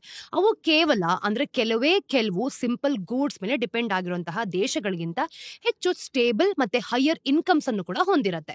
ಅದಕ್ಕಿಂತ ಮುಖ್ಯವಾಗಿ ದೇಶಗಳು ರ್ಯಾಂಡಮ್ಲಿ ಹೊಸ ಇಂಡಸ್ಟ್ರೀಸ್ ಗಳಿಗೆ ಜಂಪ್ ಮಾಡಿ ಬೆಳೆಯೋದೇ ಇಲ್ಲ. ಅವು ಏನ್ ಮಾಡುತ್ತೆ, ನಾವ್ ಈಗಾಗ್ಲೇ ಹೇಗ್ ಮಾಡ್ಬೇಕು ಅಂತ ತಿಳಿದುಕೊಂಡಿರೋ ಒಂದೇ ಒಂದು ಕಾನ್ಸ್ಟೆಂಟ್ ಆಗಿರುವಂತಹ ಪ್ರಾಡಕ್ಟ್ ಆಗಿರ್ಬೋದು ಅಥವಾ ಸೆಕ್ಟರ್ ಮೇಲೆ ಕಾನ್ಸ್ಟೆಂಟ್ ಆಗಿ ಅವರು ಡಿಪೆಂಡ್ ಆಗಿರ್ತಾರೆ, ಇಲ್ಲಾಂದ್ರೆ ಅದ್ರ ಮೇಲೆ ನಿಂತ್ಕೊಂಡಿರ್ತಾರೆ. ಈಗ ಅದನ್ನೇ ನಿಧಾನವಾಗಿ ನಿರ್ಮಿಸ್ತಾ ಒಂದು ಸಾಮರ್ಥ್ಯದ ಮೇಲೆ ಇನ್ನೊಂದನ್ನ ಪದರವಾಗಿ ಹಾಕೊಳ್ತಾ ಬೆಳೆಯುತ್ತಾ ಹೋಗುತ್ತೆ. ಈಗ ಎಕನಾಮಿಕ್ ಕಾಂಪ್ಲೆಕ್ಸಿಟಿ ಹಾಗಾದ್ರೆ ಕೇವಲ ನೀವು ಏನನ್ನ ಸಾಧಿಸ್ತೀರಿ ಅನ್ನೋದನ್ನ ಅಳಿಯೋದಿಲ್ಲ. ಒಂದ್ ಪಕ್ಷ ಏನ್ ಮಾಡುತ್ತೆ ಗೊತ್ತಾ, ಅದು ನೀವು ಮುಂದೆ ಏನಾದ್ರೂ ಏನ್ ಬಿಲ್ಡ್ ಮಾಡ್ಬೋದು ಅನ್ನೋದಕ್ಕೆ ಒಂದು ರೋಡ್ ಮ್ಯಾಪ್ ನು ಕೂಡ ಕೊಡುತ್ತೆ. ಮತ್ತೆ ಇಲ್ಲೇ ನೋಡಿ ಟ್ರೇಡ್ ಪ್ಲೇಗೆ ಬರ್ಬೇಕಾಗಿರೋದು. ಐಡಿಯಾ ಏನ್ ಗೊತ್ತಾ, ಎಕ್ಸ್ಪೋರ್ಟಿಂಗ್ ಕಂಪನಿಗಳನ್ನ ಅಪ್ಗ್ರೇಡ್ ಮಾಡೋ ಹಾಗೆ ಫೋರ್ಸ್ ಮಾಡುತ್ತೆ ಅಲ್ವಾ. ಇನ್ನು ಗ್ಲೋಬಲಿ ನಾವು ನೋಡಿದಾಗ ಕಾಂಪೀಟ್ ಮಾಡೋದು ಅವನ್ನ ಒಂದು ಬೆಟರ್ ಪ್ರಾಕ್ಟೀಸ್ ಅಂತ ಏನಿರುತ್ತೆ ಅದನ್ನ ಅಳವಡಿಸ್ಕೊಳ್ಳೋ ಹಾಗೆ ಮಾಡುತ್ತೆ. ಇದಕ್ಕೆ ಒಂದು ಸಾಲಿಡ್ ಎವಿಡೆನ್ಸ್ ಕೂಡ ಇದೆ ನೋಡಿ. ಅರ್ಜೆಂಟೀನಾದಲ್ಲಿ ಎಕನಾಮಿಸ್ಟ್ ಪಾಲ್ ಬೊಸ್ಟೋ ಮಾಡಿದ ಒಂದು ಸ್ಟಡಿ ಪ್ರಕಾರ ಈ ಎಕ್ಸ್ಪೋರ್ಟ್ ಮಾರ್ಕೆಟ್ಸ್ಗೆ ಎಕ್ಸ್ಪೋಜರ್ ಅಂತ ಕೊಡ್ಬೇಕಾದ್ರೆ ಈ ಫರ್ಮ್ಸ್ ಗಳು ಏನೆಲ್ಲ ಇರುತ್ತೆ ಗೊತ್ತಾ, ಒಂದು ಬೆಟರ್ ಟೆಕ್ನಾಲಜಿನ ಅಳವಡಿಸ್ಕೊಳ್ಳೋ ಹಾಗೆ ಮಾಡುತ್ತೆ. ಅದರಿಂದ ಹೆಚ್ಚು ಪ್ರೊಡಕ್ಟಿವ್ ಆಗೋ ಈ ಕೆಲಸಗಳು ಕೂಡ ಜಾಸ್ತಿ ಬೇಗನೆ ಹೋಗ್ಬೇಕು, ಆ ರೀತಿ ಮಾಡುತ್ತೆ. ಆದ್ರೆ ಇದು ಕಥೆಯ ಒಂದು ಭಾಗ ಅಷ್ಟೇ. ಯಾಕೆ ಅಂದ್ರೆ ಟ್ರೇಡ್ಗೆ ಇನ್ನೊಂದು ಮುಖ ಇದೆ. ಅದ್ರ ಬಗ್ಗೆ ಎಕನಾಮಿಸ್ಟ್ ಒದ್ದಾಡ್ತಿದ್ದಾರೆ ಹೇಳೋದಕ್ಕೆ. ನೋಡಿ, ಇದನ್ನ ನಾವು ನೋಡಿದಾಗ ಏನ್ ಗೊತ್ತಾಗುತ್ತೆ ಗೊತ್ತಾ, ಡೈನಮಿಕ್ ಸ್ಕೇಲ್ ಟ್ರೇಡ್ ಥಿಯರಿ ಅಂತ ಕರೆಯಲಾಗುತ್ತೆ. ಅದು ಹೇಳೋದು ಟ್ರೇಡ್ ಕೇವಲ ನೀವು ಇವತ್ತು ಏನ್ ಪ್ರೊಡ್ಯೂಸ್ ಮಾಡ್ತೀರಿ ಅನ್ನೋದನ್ನಷ್ಟೇ ಬದಲಾಯಿಸೋದಿಲ್ಲ. ಇನ್ಫ್ಯಾಕ್ಟ್ ಅದು ನೀವು ನಾಳೆ ಏನ್ ಪ್ರೊಡ್ಯೂಸ್ ಮಾಡಬಲ್ರಿ ಅನ್ನೋದನ್ನ ಬದಲಾಯಿಸುತ್ತೆ.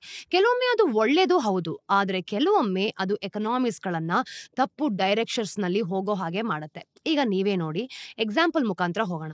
ಇದು ನಿಮ್ಗೆ ಗೊತ್ತಿರ್ಬೋದು. ಈಗ ಡಚ್ ಡಿಸೀಸ್ ನ ನಾವು ನೋಡಿದಾಗ ನೆದರ್ಲ್ಯಾಂಡ್ಸ್ ದೊಡ್ಡ ಒಂದು ನ್ಯಾಚುರಲ್ ಗ್ಯಾಸ್ ರಿಸರ್ವ್ಸ್ ಗಳನ್ನ ಕಂಡುಹಿಡಿದಾಗ ಅದನ್ನ ಒಂದು ಹ್ಯೂಜ್ ವಾಲ್ಯೂಮ್ಸ್ ನಲ್ಲಿ ಎಕ್ಸ್ಪೋರ್ಟ್ ಮಾಡೋದಕ್ಕೆ ಶುರು ಮಾಡ್ಕೊಳ್ತು. ಅದು ಅವರ ಒಂದು ಕರೆನ್ಸಿಯನ್ನ ಸ್ಟ್ರಾಂಗರ್ ಮಾಡ್ತು ಕೂಡ. ಆದ್ರೆ ಅದರ ಒಂದು ಎಕನಾಮಿಯ ಬೇರೆ ಭಾಗಗಳಿಗೆ, ವಿಶೇಷವಾಗಿ ಮ್ಯಾನುಫ್ಯಾಕ್ಚರಿಂಗ್ ಗೆ ಅದು ಹೊಡೆತ ಕೊಡ್ತು. ಅವರು ಇದರ ಪರಿಣಾಮವಾಗಿ ತುಂಬಾನೇ ಎಕ್ಸ್ಪೆನ್ಸಿವ್ ಮತ್ತೆ ಕಾಂಪಿಟೇಷನ್ ಕೊಡದೇ ಇರೋ ಹಾಗೂ ಕೂಡ ಮಾಡಿದ್ರು. ಇನ್ನು ಇದನ್ನೆಲ್ಲ ನಾವು ನೋಡಿದಾಗ ಕೊನೆಗೆ ದೇಶದ ಈ ಒಂದು ಇಂಡಸ್ಟ್ರಿಯಲ್ ಬೇಸ್ ಅನ್ನೇ ಟೊಳ್ಳಾಗೋ ರೀತಿ ಮಾಡ್ಬಿಡ್ತು. ಆಳವಾದ ಪಾಯಿಂಟ್ ಇದೆ ನೋಡಿ. ಒಂದು ಎಕನಾಮಿ ಒಂದು ಡೈರೆಕ್ಷನ್ ನಲ್ಲಿ ತುಂಬಾನೇ ವಾಲ್ದಾಗ ಟ್ರೇಡ್ ಆ ಒಂದು ವಾಲುವಿಕೆ ಏನಿರುತ್ತೆ ಅದನ್ನ ಸ್ಟ್ರಾಂಗ್ ಮಾಡ್ಬೋದು. ನೀವೀಗಾಗ್ಲೇ ಒಂದು ಬೇಸಿಕ್ ಕಮಾಡಿಟೀಸ್ ಅಥವಾ ಒಂದು ಲೋ ಸ್ಕಿಲ್ ಇಂಡಸ್ಟ್ರೀಸ್ ಮೇಲೆ ಡಿಪೆಂಡ್ ಆಗಿದ್ದೀರಾ ಅಂತ ಅನ್ಕೊಳ್ಳಿ. ಟ್ರೇಡ್ಗೆ ಓಪನ್ ಅಪ್ ಆಗೋದು ಆ ಒಂದು ಡಿಪೆಂಡೆನ್ಸಿಯನ್ನ ಇನ್ನು ಆಳವಾಗ್ಸೋದು ಕಷ್ಟ ಆಗತ್ತೆ. ಅದು ಆ ಟ್ಯಾಲೆಂಟ್ ಮತ್ತೆ ಇನ್ವೆಸ್ಟ್ಮೆಂಟ್ ಅನ್ನ ಕಾಂಪ್ಲೆಕ್ಸ್ ಸೆಕ್ಟರ್ ಕಡೆಗೆ ತಳ್ಳೋ ಬದಲು ಏನ್ ಮಾಡುತ್ತೆ, ಅದರಿಂದ ದೂರ ಎಳಿಬಹುದು. ಇದೇ ಅಟ್ಕಿನ್ ಮತ್ತೆ ಅವರ ಒಂದು ಕೋ ವರ್ಕರ್ಸ್ ಗಳ ಪೇಪರ್ ನ ಹಿನ್ನೆಲೆ ಅಂದ್ರೆ ಹಿಸ್ಟ್ರಿ ಅಂತ ಗೊತ್ತಾಗುತ್ತೆ. ಟ್ರೇಡ್ ಕಾಲಕ್ರಮೇಣ ಅಭಿವೃದ್ಧಿಯ ಮೇಲೆ ಹೇಗೆ ಪರಿಣಾಮ ಬೀರುತ್ತೆ ಅಂತ ಅರ್ಥ ಮಾಡ್ಕೊಳ್ಳೋದಕ್ಕೆ ಅವರು 715 ಬೇರೆ ಬೇರೆ ಪ್ರಾಡಕ್ಟ್ಸ್ ಗಳನ್ನ 146 ದೇಶಗಳಲ್ಲಿ 50 ವರ್ಷಗಳ ಅವಧಿಯಲ್ಲಿ ಸ್ಟಡಿ ಮಾಡಿದ್ರು.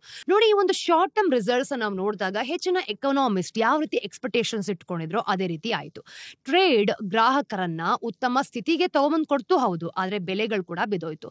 ಪ್ರಾಡಕ್ಟ್ ನ ಒಂದು ಡಿಫರೆನ್ಸಸ್ ನೋಡಿದಾಗ ಹೆಚ್ಚು ಕಡಿಮೆ ಜಾಸ್ತಿ ಆಗೋಕ್ ಶುರುವಾಯಿತು. ಬಾಂಗ್ಲಾದೇಶದಲ್ಲಿ ನೋಡಿ, ಕೇವಲ ಗ್ಲೋಬಲ್ ಗೂಡ್ಸ್ ಗಳಿಗೆ ಓಪನ್ ಅಪ್ ಆಗಿದ್ರು. ಅಂದ್ರೆ ಈ ಒಂದು ಕುಟುಂಬಗಳು ಏನೆಲ್ಲ ಇದೆ 7% ಹೆಚ್ಚು ಬಳಸೋದಕ್ಕೆ ಅವಕಾಶ ಮಾಡ್ಕೊಡ್ತು ಅಂತ ಅವರು ಇದನ್ನ ಕಂಡು ಹಿಡಿದಿದ್ದು. ಆದ್ರೆ ಲಾಂಗ್ ಟರ್ಮ್ ಪಿಕ್ಚರ್ ತುಂಬಾನೇ ಆಶ್ಚರ್ಯಕರವಾಯ್ತು ಬಿಡಿ. ಅಂದ್ರೆ ಹೆಚ್ಚಿನ ದೇಶಗಳು ಟ್ರೇಡ್ಗೆ ಓಪನ್ ಅಪ್ ಆದಾಗ ಅವು ಹೆಚ್ಚು ಕಾಂಪ್ಲೆಕ್ಸ್ ಇಂಡಸ್ಟ್ರೀಸ್ ಕಡೆಗೆ ಶಿಫ್ಟ್ ಆಗ್ಲಿಲ್ಲ ಅಂತ ಅವರು ಕೂಡ ಎಲ್ಲೋ ಒಂದ್ ಕಡೆ ಕಂಡ್ಕೊಂಡ್ರು. ಬದಲಿಗೆ ಏನಾಯ್ತು, ಅದು ಅಗೇನ್ಸ್ಟ್ ಆಗಿ ಅಂದ್ರೆ ವಿರುದ್ಧ ದಿಕ್ಕಿನಲ್ಲಿ ಹೋಗಕ್ಕೆ ಶುರುವಾಯಿತು. ಟು ಬಿ ಹಾನೆಸ್ಟ್, ವಸ್ತುಗಳಲ್ಲಿ ಸ್ಪೆಷಲೈಸ್ಡ್ ಸಾಧಿಸ್ತು ಹೌದು, ಆದ್ರೆ ಕಡಿಮೆ ಅಡೆತಡೆಗಳಿರೋ ಒಂದು ಲೋವರ್ ಲರ್ನಿಂಗ್ ಕರ್ವ್ಸ್ ಇರ್ಬೋದು, ಮತ್ತೆ ಒಂದು ಕಡಿಮೆ ಲಾಭಾಂಶ ಇರೋ ಕ್ಷೇತ್ರಗಳಿಗೆ ಇವ್ರು ಬಂದಿರೋದು. ಯಾಕೆ ಅಂತಂದ್ರೆ ಈ ಏಣಿಯ ಮೇಲಿನ ತುದಿಗಳು ಖಾಲಿ ಇರ್ಲಿಲ್ಲ, ಎಲ್ಲನೂ ಕೂಡ ತುಂಬಿ ತುಳ್ಕೋಗಿದ್ವು. ಇಲ್ಲಿ ಗೊತ್ತಾಗೋದು ಏನ್ ಗೊತ್ತಾ, ಮಷಿನರಿ, ಎಲೆಕ್ಟ್ರಾನಿಕ್ಸ್ ಅಥವಾ ಒಂದು ಫಾರ್ಮಾಸ್ಯೂಟಿಕಲ್ಸ್ ತರದ ಕಾಂಪ್ಲೆಕ್ಸ್ ಪ್ರಾಡಕ್ಟ್ಸ್ ಕಡಿಮೆ ಅಲ್ಲ, ಹೆಚ್ಚು ಕಾಂಪಿಟೇಟಿವ್ ಆಗಿದೆ ಅಂತ. ಹಲವು ದೇಶಗಳು ಈಗಾಗಲೇ ಈ ಗೂಡ್ಸ್ ಗಳನ್ನ ಎಕ್ಸ್ಪೋರ್ಟ್ ಮಾಡ್ತವೆ. ಮತ್ತೆ ಕಾಂಪಿಟೇಟಿವ್ ಆಗಿ ಉಳಿಯೋ ಒಂದು ಹೋರಾಟ ಕೂಡ ತುಂಬಾ ಬ್ರೂಟಲ್ ಅಂತ ಅನ್ಸುತ್ತೆ. ಸೊ ಒಬ್ಬ ಹೊಸ ಪ್ಲೇಯರ್ ಗ್ಲೋಬಲ್ ಮಾರ್ಕೆಟ್ಗೆ ಎಂಟರ್ ಆದಾಗ ಲೋ ಕಾಂಪ್ಲೆಕ್ಸಿಟಿ ಇಂಡಸ್ಟ್ರೀಸ್ ಗಳಲ್ಲಿ ಬದುಕುಳಿಯೋದು ಸುಲಭ ಅಂತ ಬೇಗನೆ ಅರ್ಥಕೊಳ್ತಾನೆ. ಇನ್ನೊಂದ್ ಕಡೆ ಮೆಡಿಸಿನ್ಸ್ ಮತ್ತೆ ಗಾರ್ಮೆಂಟ್ಸ್ ಎರಡನ್ನೂ ಕೂಡ ಪ್ರೊಡ್ಯೂಸ್ ಮಾಡೋ ದೇಶ ಒಂದನ್ನ ನೀವೇ ಇಮ್ಯಾಜಿನ್ ಮಾಡ್ಕೊಳ್ಳಿ. ಅದು ಗ್ಲೋಬಲ್ ಟ್ರೇಡ್ಗೆ ಓಪನ್ ಅಪ್ ಆದ ತಕ್ಷಣ ಫಾರಿನ್ ಫಾರ್ಮಾಸ್ಯೂಟಿಕಲ್ ಕಂಪನಿಗಳ ಜೊತೆ ಕಾಂಪೀಟ್ ಮಾಡೋದು ತುಂಬಾನೇ ಕಷ್ಟ ಅಂತ ಅದಕ್ಕೂ ಕೂಡ ಗೊತ್ತಾಗುತ್ತೆ. ಮಾರ್ಜಿನ್ಸ್ ಕಡಿಮೆ ಇರುತ್ತೆ, ರೆಗ್ಯುಲೇಷನ್ಸ್ ತುಂಬಾ ಟಫ್ ಆಗಿರುತ್ತೆ. ಇನ್ನು ಗ್ಲೋಬಲ್ ಪ್ಲೇಯರ್ಸ್ ಅನ್ನ ನಾವು ನೋಡ್ಕೊಂಡಾಗ ಅವ್ರು ಆಲ್ರೆಡಿ ಭದ್ರವಾಗಿ ಬೇರೂರ್ಕೊಂಡ್ಬಿಟ್ಟಿದ್ದಾರೆ, ಅಂದ್ರೆ ಅವ್ರ ಪ್ಲೇಸ್ ನ ಅವರು ಕ್ರಿಯೇಟ್ ಮಾಡ್ಕೊಂಡಿದ್ದಾರೆ ಅಂತ. ಆದ್ರೆ ಗಾರ್ಮೆಂಟ್ಸ್ ಅಲ್ಲಿ ಈ ಒಂದು ಎಂಟ್ರಿ ಬ್ಯಾರಿಯರ್ಸ್ ಅಂತ ಏನ್ ಹೇಳ್ತೀವಿ ಕಡಿಮೆ ಇದೆ. ಆ ದೇಶ ಒಂದು ರ್ಯಾಷನಲ್ ಚಾಯ್ಸ್ ಮಾಡುತ್ತೆ ಅಂತ ಅನ್ಕೊಳ್ಳಿ. ಅಂದ್ರೆ ಅದು ಡ್ರಗ್ ಫ್ಯಾಕ್ಟರೀಸ್ ಗಳನ್ನ ಶಟ್ ಡೌನ್ ಮಾಡ್ಕೊಂಡು ಅಪೆರಲ್ ಎಕ್ಸ್ಪೋರ್ಟ್ಸ್ ಮೇಲೆ ಇನ್ನಷ್ಟು ಗಮನ ಹರಿಸತ್ತೆ. ಲಾಂಗ್ ಟರ್ಮ್ ಅಲ್ಲಿ ನಾವು ನೋಡಿದಾಗ ಅದು ಲಾಭನೇನೋ ಗಳಿಸಬಹುದು, ಆದ್ರೆ ಕಲಿತಾ ಹೋಗ್ತಿರಲ್ಲ ಅಂತ. ಇದೇನು ಒಂದೇ ಸಲದ ಘಟನೆ ಅಲ್ಲ ಬಿಡಿ. 97% ಅಂದ್ರೆ ದೇಶಗಳು ಟ್ರೇಡ್ ನಿಂದ ಒಂದು ಡೈನಮಿಕ್ ಲಾಸ್ ಅನ್ನ ಎಕ್ಸ್ಪೀರಿಯನ್ಸ್ ಮಾಡ್ತಿದೆ ಅಂತ ಸಂಶೋಧಕರು ಕೂಡ ಕಂಡುಹಿಡಿದಿರೋದು. ಅಂದ್ರೆ ಅದು ಸೈಲೆಂಟ್ ಆಗಿ ಇದ್ದಿದ್ರೆ ಎಷ್ಟು ಬೆಳೀತಿದ್ವೋ ಅದಕ್ಕಿಂತ ನಿಧಾನವಾಗಿ ಬೆಳೀತಿದೆ ಅಂತ ಗೊತ್ತಾಗುತ್ತೆ. ಕೇವಲ 3% ದೇಶಗಳು ಮಾತ್ರ ಕಾಂಪ್ಲೆಕ್ಸಿಟಿ ಟರ್ಮ್ ಅಲ್ಲಿ ನಿಜವಾಗ್ಲೂ ಬೆನಿಫಿಟ್ ಅನ್ನ ಪಡ್ಕೊಂಡಿರೋದು. ಇನ್ನು ಆವರೇಜ್ ಪೆನಾಲ್ಟಿ ಸುಮಾರು 2.5% ಇತ್ತು. ದೊಡ್ಡದೇನಲ್ಲ, ಆದ್ರೆ ದಶಕಗಳ ಕಾಲ ಈ ಒಂದು ಕಾಂಪೌಂಡೆಡ್ ಆದಾಗ ಮುಖ್ಯ ಆಗೋದು ಇದೆ ನೋಡಿ. ಇದಕ್ಕೆ ಅತಿ ದೊಡ್ಡ ಕಾರಣಗಳಲ್ಲಿ ಒಂದು ಚೈನಾ. 2001ರಲ್ಲಿ WTOಗೆ ಸೇರ್ಕೊಂಡಾಗ ಅದು ಆಟವನ್ನೇ ಚೇಂಜ್ ಮಾಡ್ಬಿಡ್ತು. ಚೈನಾ ದೊಡ್ಡ ಪ್ರಮಾಣದಲ್ಲಿ ಮಾಡರೇಟ್ ಆಗಿ ನೀವು ನೋಡಿದ್ರು ಕೂಡ ಕಾಂಪ್ಲೆಕ್ಸ್ ಗೂಡ್ಸ್ ಅನ್ನ ಕಳ್ಸತ್ತೆ.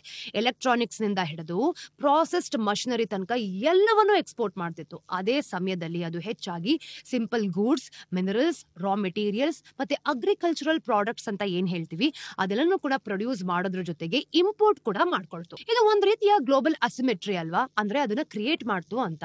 ಚೈನಾ ಬೇರೆ ಅಂದ್ರೆ ಈ ಒಂದು ಡೆವಲಪಿಂಗ್ ಕಂಟ್ರೀಸ್ ಗಳ ಒಂದು ಮೋಸ್ಟ್ ಅಡ್ವಾನ್ಸ್ಡ್ ಸೆಕ್ಟರ್ಸ್ ಗಳ ಜೊತೆ ಡೈರೆಕ್ಟ್ ಆಗಿ ಕಾಂಪೀಟ್ ಮಾಡ್ತು. ಹಾಗೆ ಒಂದೇ ಸಮಯದಲ್ಲಿ ನೀವು ನೋಡಿ ಅವುಗಳ ಒಂದು ಮೋಸ್ಟ್ ಬೇಸಿಕ್ ಔಟ್ಪುಟ್ ನ ಡಿಮ್ಯಾಂಡ್ ಮಾಡೋ ಹಾಗೆ ಕಾಣ್ತಿದೆ.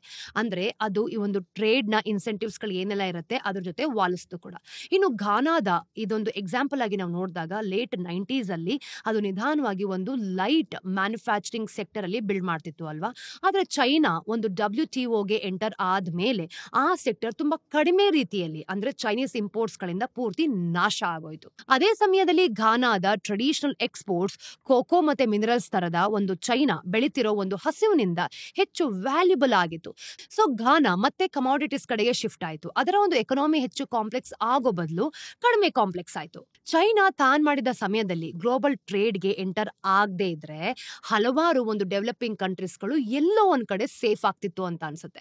ವಿಶೇಷವಾಗಿ ನಾವು ನೋಡಿದಾಗ ಆಫ್ರಿಕಾದಲ್ಲಿ ಇವು ಪ್ರಾಡಕ್ಟ್ಸ್ ಅನ್ನ ಕಾಂಪ್ಲೆಕ್ಸಿಟಿಯಲ್ಲಿ 5-8% ಹೆಚ್ಚುತ್ತಿದ್ದು ಅದನ್ನ ಸಂಶೋಧಕರು ಎಲ್ಲೋ ಒಂದ್ ಕಡೆ ಅಂದಾಜ್ ಮಾಡ್ಕೊಂಡಿದ್ದಾರೆ. ಅವರು ಒಂದು ಕಡಿಮೆ ರೀತಿಯಲ್ಲಿ ಇರೋ ಈ ಗೂಡ್ಸ್ ಗಳಿಂದ ಲಾಭ ಗಳಿಸ್ತಿದ್ರು ಕೂಡ, ಆದ್ರೆ ಈ ಒಂದು ಇಂಡಸ್ಟ್ರಿಯಲ್ ಗ್ರೋತ್ ನಾವು ನೋಡಿದಾಗ ಲಾಂಗ್ ಟರ್ಮ್ ದಾರಿಯನ್ನೇ ಕಳೆದುಕೊಳ್ತಾ ಇದ್ದಾರೆ. ಸೊ ಇದೆಲ್ಲದರಿಂದ ನಾವು ಏನ್ ತಿಳ್ಕೊಳ್ಬೇಕು? ಈ ಪೇಪರ್ ಟ್ರೇಡ್ ವಿರುದ್ಧದ ಕೇಸ್ ಖಂಡಿತವಾಗ್ಲೂ ಅಲ್ಲ. ಅದು ಒಂದು ಶಾರ್ಟ್ ಟರ್ಮ್ ಗೇನ್ಸ್ ಗಳನ್ನ ಸ್ಪಷ್ಟವಾಗಿ ಗುರುತಿಸುತ್ತೆ. ಆದ್ರೆ ಅದು ಆಳವಾದ ಪ್ರಶ್ನೆಯನ್ನು ಕೂಡ ಎತ್ತಿ ತೋರಿಸುತ್ತೆ ನೋಡಿ. ಮೇಲಿನ ಮೆಟ್ಲುಗಳು ಈಗಾಗಲೇ ತುಂಬಿರೋ ಪ್ರಪಂಚದಲ್ಲಿ ನೀವು ಕಾಂಪೀಟ್ ಮಾಡಿದಾಗ ನಿಮ್ಮ ಒಂದು ಎಕನಾಮಿ ಭವಿಷ್ಯ ಏನಾಗುತ್ತೆ? ಇದು ಭಾರತ ಈಗ ಎದುರಿಸ್ತಿರೋ ವಿಷಯ. ನಾವು ಒಂದು ಅಡ್ವಾನ್ಸ್ಡ್ ಮ್ಯಾನುಫ್ಯಾಕ್ಚರಿಂಗ್ ಮತ್ತೆ ಸೆಮಿ ಕಂಡಕ್ಟರ್ಸ್ ಮತ್ತೆ ಎಲೆಕ್ಟ್ರಾನಿಕ್ಸ್, ಕ್ಲೀನ್ ಟೆಕ್ ಮೇಲೆ ದೊಡ್ಡ ಬೆಟ್ಸ್ ಅನ್ನ ಮಾಡ್ತಿದೀವಿ ಹೌದು. ಆದ್ರೆ ಪ್ರೋಗ್ರೆಸ್ ಅನ್ನ ಎಕ್ಸ್ಪೆಕ್ಟ್ ಮಾಡಿರೋದಕ್ಕಿಂತ ತುಂಬಾ ನಿಧಾನವಾಗಿದೆ. ಮತ್ತೆ ಅದಕ್ಕೆ ನಾವು ನೋಡಿದಾಗ ಕಾರಣ ಟೈಮಿಂಗ್ ಇರ್ಬೋದು. ಹಾಗೆಯೇ ಜಾಯಿಂಟ್ಸ್ ಎಲ್ಲಾ ಕಡೆ ನಾವು ನೋಡಿದಾಗ ಆಳ್ತಿರೋ ಒಂದು ಸೆಕ್ಟರ್ಸ್ ಗಳಿಗೆ ಎಂಟರ್ ಆದಾಗ ನಾವು ಕೂಡ ಎಲ್ಲೋ ನಿಧಾನ ಆಗ್ತಾ ಇದೀವಿ. ಹಿಂದೆ ನಾವು ಅಗ್ರೆಸಿವ್ ಇಂಡಸ್ಟ್ರಿಯಲ್ ಪಾಲಿಸಿ ವಿರುದ್ಧ ಎಚ್ಚರವಾಗಿದ್ವಿ ಹೌದು. ಆದ್ರೆ ಈ ಒಂದು ಪೇಪರ್ ಒಂದು ಹೆಚ್ಚು ಬ್ಯಾಲೆನ್ಸ್ಡ್ ವ್ಯೂ ಅನ್ನ ಕೊಡತ್ತೆ. ಆದ್ರೆ ಪೂರ್ತಿ ಇಂಡಸ್ಟ್ರೀಸ್ ನಾವು ನೋಡಿದಾಗ ಸದಾಕಾಲ ಪ್ರೊಟೆಕ್ಟ್ ಮಾಡಿ ಅಂತ ಯಾರು ಕೂಡ ವಾದಿಸೋದಿಲ್ಲ. ಆದ್ರೆ ಕೆಪಾಬಿಲಿಟೀಸ್ ಏನಿದೆ ಗೊತ್ತಾ, ಅದು ಬೇರೆಯವರಷ್ಟು ಆಲ್ರೆಡಿ ಟೈಮ್ ಮೀರೋಗಿದೆ ಅಂತ. ಸರ್ಕಾರಗಳು ಕೂಡ ಕೆಲವು ಮೆಟ್ಲುಗಳನ್ನ ಡಿಫೆಂಡ್ ಮಾಡ್ಬೇಕಾಗ್ಬೋದು ಅಂತ ಸಜೆಸ್ಟ್ ಎಲ್ಲೋ ಮಾಡ್ತಾರೆ. ಆದ್ರೆ ನೀವು ವಿನ್ನರ್ಸ್ ನೋಡಿ ಪಿಕ್ ಮಾಡೋ ಹಾಗೆ ಇಲ್ಲ. ಅಂದ್ರೆ ಅವ್ರು ಆಲ್ರೆಡಿ ವಿನ್ನಿಂಗ್ ಸ್ಟ್ರಾಟಜಿಯಲ್ಲಿ ಇದ್ದಾರೆ ಅಂತ. ಇನ್ನು ದೇಶಗಳನ್ನ ನಾವು ನೋಡಿದಾಗ ಸೋಲುವ ಆಟಗಳಿಗೆ ಫೋರ್ಸ್ ಆಗಿ ತಳ್ತಾ ಇದ್ದಾರೆ ಅಂತಾನು ಕೂಡ ಅನ್ಸ್ತಾ ಇದೆ. ಟು ಬಿ ಹಾನೆಸ್ಟ್, ನಿಮ್ಗೆ ಗೊತ್ತಾಗೋದೇನ್ ಗೊತ್ತಾ, ನಿಜವಾದ ಡಿಬೇಟ್ ಓಪನ್ ಅಪ್ ಮಾಡ್ಬೇಕಾ ಅಥವಾ ಕ್ಲೋಸ್ ಆಫ್ ಮಾಡ್ಬೇಕಾ ಅನ್ನೋದ್ರ ಬಗ್ಗೆ ಅಲ್ಲ. ನಿಜವಾದ ಡಿಬೇಟ್ ಇದೆ ನೋಡಿ. ನೀವು ಏಣಿಯನ್ನ ಹತ್ತಾ ಇದ್ದೀರಾ ಅಥವಾ ಸದ್ದಿಲ್ದೆ ಯಾರಾದ್ರೂ ನಿಮ್ಮನ್ನ ಫೋರ್ಸ್ ಆಗಿ ತಳ್ತಾ ಇದ್ದಾರಾ ಅಂತ. ಇದಷ್ಟು ಸ್ಟೋರೀಸ್ ನ ಅಪ್ಡೇಟ್ಸ್ ಟಿಡ್ಬಿಟ್ಸ್ ಏನು ಅಂತ ನೋಡ್ಕೊಂಬರೋಣ. ನಂಬರ್ 1, ನಾವು ಚೈನಾದ ಚಿಪ್ ಸೆಲ್ಫ್ ಸಫಿಷಿಯನ್ಸಿ ಕಡೆಗಿನ ಪಯಣವನ್ನ ತುಂಬಾ ಬ್ರೋಕ್ ಡೌನ್ ಮಾಡಿದೀವಿ, ಅಂದ್ರೆ ವಿಶ್ಲೇಷಣೆ ಮಾಡ್ತಿದೀವಿ ಅಂತ. ಈಗ ಅದರ ಅತಿ ದೊಡ್ಡ ಪ್ರತಿಸ್ಪರ್ಧಿಯಿಂದ ಬಂದಿರೋ ಒಂದು ಹೊಸ ಮೈಲಿಗಲ್ಲಿದೆ. ಆ ಗುರಿಯನ್ನು ನಾವು ನೋಡಿದಾಗ ಇನ್ನೂ ಅಷ್ಟು ದೂರದಲ್ಲಿ ಇದೆ ಅಂತಾನೆ ತೋರಿಸ್ತಿದೆ. ಈ ವಾರ ಎನ್ವಿಡಿಯಾ $4 ಟ್ರಿಲಿಯನ್ ಮಾರ್ಕೆಟ್ ಕ್ಯಾಪ್ ಅನ್ನ ದಾಟ್ಕೊಂಡಿದೆ. ಅಂದ್ರೆ ಹಿಸ್ಟ್ರಿಯಲ್ಲಿ ಮೊದಲ ಕಂಪನಿ ಆಯ್ತು. ನಡೀತಿರೋ ಒಂದು AI ಚಿಪ್ ಆರ್ಮ್ಸ್ ರೇಸ್ ಅಲ್ಲಿ ನಾವು ನೋಡಿದಾಗ ಇದೊಂದು ಸಾಂಕೇತಿಕ ಮತ್ತೆ ಸ್ಟ್ರಾಟಜಿಕ್ ಮೈಲಿಗಲ್ಲು ಅಂತ ಅನ್ಸುತ್ತೆ. ಅರ್ಲಿ 2023 ಇಂದ ಇದು 1000% ಏರಿಕೆ ಆಗಿರೋದು. ಅದು ಈಗ S&P ಅಂದ್ರೆ 500 ಇಂಡೆಕ್ಸ್ ನ 7.5% ಭಾಗ ಆಗಿದೆ. ಆಪಲ್ ಮೊದಲು $3 ಟ್ರಿಲಿಯನ್ ತಲುಪಿದಾಗ ಕೇವಲ $750 ಬಿಲಿಯನ್ ಮೌಲ್ಯವಿದ್ದ ಕಂಪನಿಗೆ ಇದೊಂದು ಬೆರಗಳಿಸುವಂತಹ ಪ್ರಭಾವ ಅಂತ ಗೊತ್ತಾಗತ್ತೆ. ಇನ್ನು ಚೈನಾ ಕಾಂಟೆಕ್ಸ್ಟ್ ನೀವು ನೋಡೋದಾದ್ರೆ ಯಾಕಿದ್ ಮುಖ್ಯ? ಯಾಕೆ ಗೊತ್ತಾ? ಎನ್ವಿಡಿಯಾ ಸ್ಟಾಕ್ ಗಗನಕ್ಕೇರ್ಬೇಕಾದ್ರೆ ಕಾರಣವಾದ ವಿಷಯವನ್ನೇ ನಾವಿಲ್ಲಿ ನೋಡ್ತಿದೀವಿ. ನಿರಂತರವಾದ AI ಸ್ಪೆಂಡಿಂಗ್, ಚೈನಾದ ಒಂದು ಚಿಪ್ ಎಕೋಸಿಸ್ಟಮ್ ರಿಪ್ಲಿಕೇಟ್ ಮಾಡಿಕೊಂಡು ಕಾಂಪೀಟ್ ಮಾಡೋದಕ್ಕೆ ಟ್ರೈ ಮಾಡ್ತಿರೋದು. ಆದ್ರೆ ಅವರ ಒಂದು ಬೆಸ್ಟ್ ಎಫರ್ಟ್ಸ್ ಕೂಡ ಹಿಂದೆ ಬಿದ್ದಿದೆ ಅನ್ನೋದು ಇದರಿಂದ ಗೊತ್ತಾಗತ್ತೆ. ನಂಬರ್ 2, ಸಂಜೀವ್ ಬೇಸಿನ್ ಕೇಸ್ ನಾವು ನೋಡಿದಾಗ ಇಂಡಿಯನ್ ಮಾರ್ಕೆಟ್ಸ್ ಆನ್ಲೈನ್ ಪರ್ಸನಾಲಿಟೀಸ್ ಗಳಿಂದ ಅಡ್ವೈಸ್ ತಗೊಳ್ಳೋ ಬಗ್ಗೆ, ಅಂದ್ರೆ ಈ ಒಂದು ಅನ್ಕಂಫರ್ಟಬಲ್ ಕ್ವಶನ್ಸ್ ನ ಕೇಳಿರೋ ರೀತಿ ಮಾಡ್ತಾ ಇದೆ. ಕಳೆದ ತಿಂಗಳು ಸೆಬಿ ಸಂಜೀವ್ ಬೇಸಿನ್ ವಿರುದ್ಧ 149 ಪೇಜ್ಗಳ ಒಂದು ಸ್ಕೇತಿಂಗ್ ಇಂಟರಿಮ್ ಆರ್ಡರ್ ಇಶ್ಯೂನ ಮಾಡಿಕೊಂಡು ಒಂದು ಕೋಆರ್ಡಿನೇಟೆಡ್ ಫ್ರಂಟ್ ರನ್ನಿಂಗ್ ಆಪರೇಷನ್ ಏನಿದೆ ಅದನ್ನ ನಡೆಸ್ತಿದ್ರು ಅಂತ ಆರೋಪಿಸಿತ್ತು.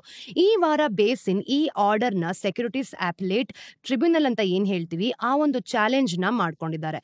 ತಮ್ಮ ಅರ್ಜಿಯಲ್ಲಿ ಅವರು ಯಾವುದೇ ತಪ್ಪನ್ನ ನಿರಾಕರಿಸ್ತಿದ್ದಾರೆ ಅಂತ. ಇನ್ನು ಸೆಬಿಯ ಡೈರೆಕ್ಷನ್ಸ್ ನಾವು ನೋಡಿದಾಗ ಪವರ್ಸ್, ಆರ್ಬಿಟರಿ ಮತ್ತೆ ಎಕ್ಸೆಸಿವ್ ಇದೇನಿದೆ ಅಲ್ವಾ, ಇದನ್ನ ನಾವು ಡೀಟೇಲ್ ಆಗಿ ನೋಡ್ತಿದೀವಿ ಅಂತಾನು ಕೂಡ ಕರೀತಿದ್ದಾರೆ. ಮತ್ತೆ ತಮ್ಗೆ ಪರ್ಸ್ನಲಿ ಯಾವುದೇ ಡೈರೆಕ್ಟ್ ಮಾನಿಟರಿ ಬೆನಿಫಿಟ್ ಸಿಕ್ಕಿಲ್ಲ ಅಂತಾನು ಕೂಡ ವಾದಿಸಿದ್ದಾರೆ.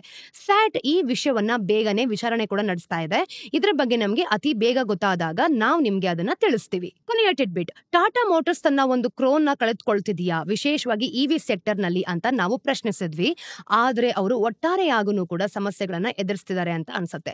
ಟಾಟಾ ಮೋಟಾರ್ಸ್ Q1 FY26 ನಲ್ಲಿ ಗ್ಲೋಬಲ್ ಹೋಲ್ಸೇಲ್ ಅಲ್ಲಿ ಇಯರ್ ಆನ್ ಇಯರ್ 9% ಡಿಕ್ಲೈನ್ ಅನ್ನ ರಿಪೋರ್ಟ್ ಮಾಡಿದೆ. ಈ ಒಂದು ಒಟ್ಟಾರೆ ನೋಡಿದಾಗ 2.99 ಲ್ಯಾಕ್ಸ್ ಯೂನಿಟ್ಸ್ ಮಾರಾಟ ಆಗಿತ್ತು. ಹಳೆಯ ಒಂದು ಜಾಗ್ವಾರ್ ಮಾಡೆಲ್ಸ್ ಗಳನ್ನ ಫೇಸಿಂಗ್ ಔಟ್ ಮಾಡ್ತಿರೋದು ಮತ್ತೆ ಹೊಸ ಟ್ಯಾರಿಫ್ಸ್ ಗಳಿಂದಾಗಿ US ಒಂದು ಶಿಪ್ಮೆಂಟ್ಸ್ ನ ಟೆಂಪ್ರರಿ ನಿಂತಿರೋದು ಅಂದ್ರೆ ಈ ಒಂದು ಕುಸಿತಕ್ಕೆ ಕಾರಣ ಅಂತಾನು ಕೂಡ ಹೇಳಲಾಗ್ತಾ ಇದೆ.